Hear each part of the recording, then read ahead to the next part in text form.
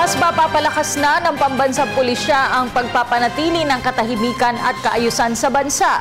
Ito ay kasunod ng pagdating ng mahigit sa 50 vans ng PNP. Ang detalye sa ulat ni Alvin Baltazar. Aabot sa 55 mga bagong van mayroon ngayon ang Philippine National Police na nagkakahalaga ng may 1.3 milyon kada isa. Ayon kay DILG Secretary Maroas, ang pagbili ng mga bagong sasakyan ay bahagi ng Capability Enhancement Program para sa pambansang pulisya. Prioridad ng gagawing distribusyon ng mga bagong sasakyan ay maipamahagi sa lahat ng regional offices ng PNP Crime Lab.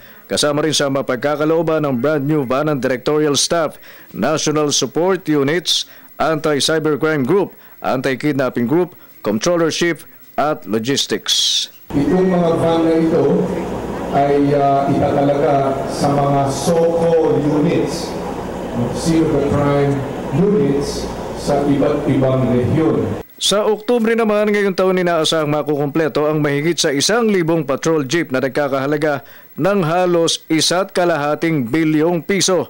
Pagmamalaki ni Rojas, tapos na ang isinagawang road at durability test ng patrol jeep maging ang procurement service ng DBM.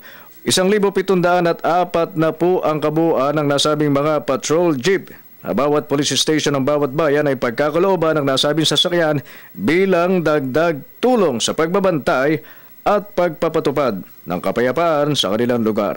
The delivery schedule is 100%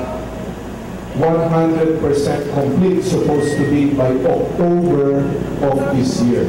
1,400 mahigit 1,470 patrol jeeps. Para sa Telebisyon ng Bayan, Alvin Baltazar.